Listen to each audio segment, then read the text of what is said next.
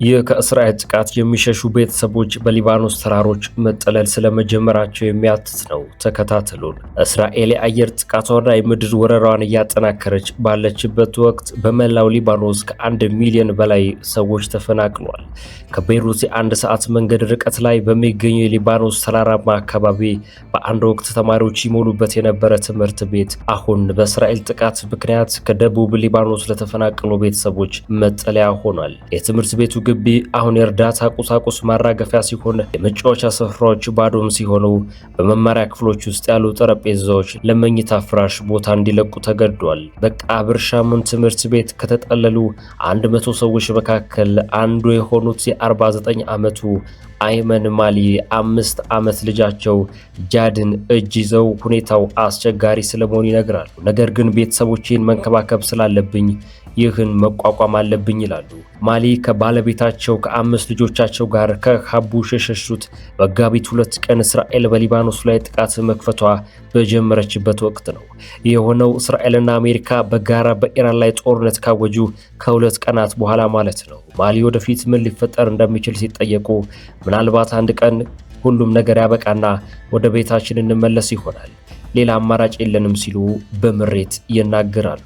የአልጀዚራ መረጃ እንደሚያመላክተው በመላው ሊባኖስ የሚገኙ ትምህርት ቤቶች፣ የመንግስት ህንፃዎች፣ ጊዜያዊ መጠለያዎች በአሁኑ ወቅት በአዲስ መልክ በተቀሰቀሰው ግጭት ምክንያት በሚሸሹ ቤተሰቦች ተሞልቷል። ባለፈው ህዳር ወር 2024 እንደ አውሮፓውያን አቆጣጠር በእስራኤልና በሊባኖሱ ሄዝቦላህ መካከል የተኩስ አቁም ስምምነት ተደርጎ የነበረ ቢሆንም የተባበሩት መንግስታት ድርጅት እስራኤል ከ10,000 በላይ የተኩስ አቁም ጥሰቶች መፈጸሟን ዘግቧል። ባለፈው ሳምንት ግን እስራኤል ጥቃቷን አጠናክራለች።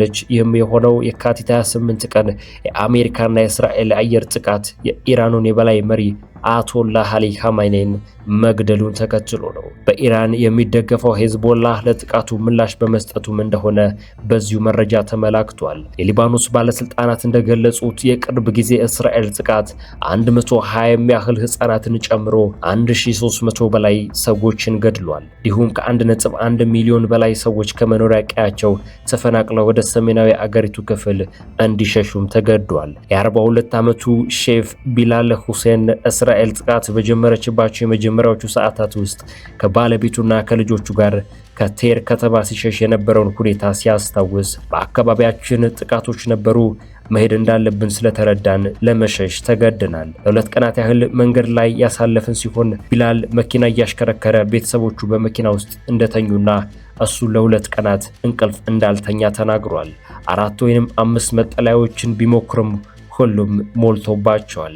የእርዳታ ድርጅቶች እንደሚሉት ከሆነ በቃብር ሻሙን የሚታየው ትዕይንት በመላው ሀገሪቱ እየተደገመ ነው። አክሽን አጌንስት ሃንገር የተሰኘው ድርጅት ለአልጀዚራ እንደገለጸው የቃብር ሻሙን ትምህርት ቤት በመሙላቱ ምክንያት ብቻ ከ400 በላይ ሰዎች ለመመለስ ተገዷል። ድርጅቱ በአሁኑ ወቅት 247 መጠለያዎች ውስጥ የሚገኙ ከ43,000 በላይ ተፈናቃዮችን እየረዳ ይገኛል። የድርጅቱ ቀጠናዊ ዳይሬክተር ሱዛን ታከንበርግ ብዙ ሰዎች አሁንም መደበኛ ባልሆነ መጠለያዎች ውስጥ በጎዳናዎች ላይ እየኖሩ ነው ሲሉ በመጠለያዎች ውስጥ ያለው ሁኔታ እየተባባሰ ነው። በአንዳንድ ህንፃዎች ላይ የውሃ መፍሰስ ያለ ሲሆን ህፃናት በጨጓራ እንዲሁም በአይን ኢንፌክሽን እየተሰቃዩ ነው። መረጃው እንደሚያመላክተው የእርዳታ ቡድኑ አክሎ እንደገለጸው በተለይም በሊታኒ ወንዝ ላይ ያሉ ድልድዮች የመግቢያ መንገድ መውደማቸው ደቡባዊ ሊባኖስ ከሌላው ክፍል እየነጠላት ተጨማሪ ቤተሰቦች እንዳይሸሹም እያደረገ ነው ይላል። በተጨማሪም የእስራኤል ባለስልጣናት በደቡብ ሊባኖስ ለረጅም ጊዜ መቆየት ወይንም ሙሉ በሙሉ የመያዝ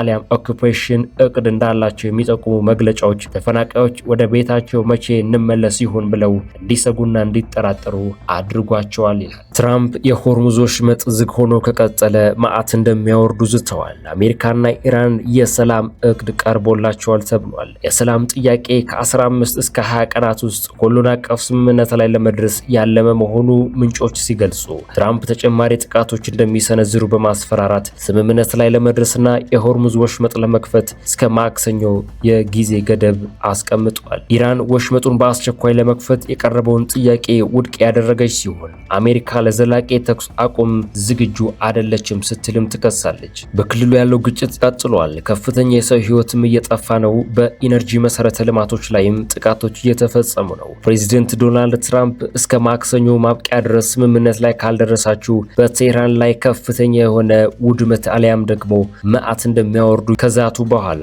አሜሪካና ኢራን ግጭቱን ለማቆም የሚያስችል የእቅድ ማዕቀፍ ደርሷቸዋል ተብሏል። ሆኖም ኢራን የሆርሙዝ ወሽመጥ በአስቸኳይ ለመክፈት የቀረበውን ሐሳብ ውድቅ አድርጋለች። የሰላም እቅድ መጀመሪያ አስቸኳይ የተኩስ አቁም በመቀጠልም በ15 እና 20 ቀናት ውስጥ የሚጠናቀቅ ሁሉን አቀፍ ስምምነትን ያካተተ ባለ ሁለት ደረጃ አካሄድ መሆኑ ሰኞ ዕለት የጉዳዩ ቅርበት ያላቸው ምንጮች ገልጸዋል። የፓኪስታን ጦር አዛዥ ፊልድ ማርሻል አሲም ሙኒር ከአሜሪካ ምክትል ፕሬዝዳንት ጄዲ ቫንስ ከልዩ መልእክተኛቸው ስቲቭ ዊትኮቭ እና ከኢራን የውጭ ጉዳይ ሚኒስትር አባስ አራክቺ ሌሊቱን ሲመክሩ መቆየታቸው በዚሁ ዘገባ ተካቷል። አንድ ከፍተኛ የኢራን ባለስልጣን ሰኞ ዕለት ለሮይተርስ እንደገለጸው ኢራን በጊዜያዊነት የተኩስ አቁም ስምምነት አካል ሆኖ ወሽመጡን አትከፍተውም። ኢራን የቀረበውን ሐሳብ በምትገመግምበት ወቅት የጊዜ ገደቦች እንደማትቀበልና ዋሽንግተን ለዘላቂ የተኩስ አቁም ዝግጁነት እንደሌላት ይገልጻል። ትራምፕ እሁድ ዕለት በትሩዝ ሶሻል ሚዲያ ገጻቸው ላይ ኢራን እስከ ማክሰኞ ድረስ ስምምነት ካልደረሰች ወሽመጡን ካልከፈተች በኤነርጂና በትራንስፖርት መሰረተ ልማቶቿ ላይ ተጨማሪ ጥቃት እንደሚሰነዝሩ ዝተዋል። ኋላም በሌላ መልእክት ማክሰኞ ምሽት እስከ 2 ሰዓት በምስራቃዊ ሰዓት አቆጣጠር የጊዜ ገደብ አስቀምጠዋል። አሜሪካና እስራኤል በኢራን ላይ ጥቃት መክፈት ከጀመሩ ከ5 ሳምንት በላይ ያስቆጠረ ሲሆን ሰኞ ዕለትም በመላው ቀጠናው አዳዲስ የአየር ጥቃት ተመዝግቧል።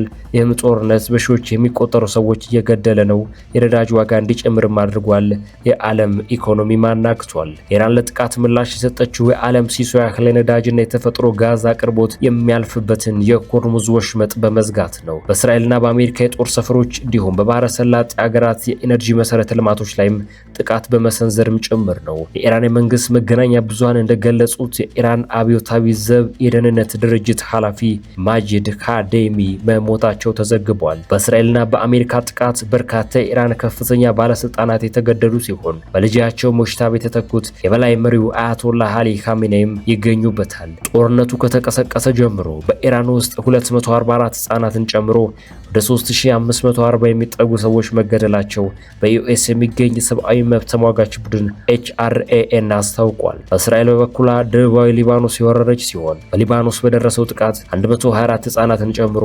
1461 ሰዎች መገደላቸው የሊባኖስ ባለስልጣናት ገልጸዋል። በሌሎች መረጃዎች እስክንገናኝ ሰላም።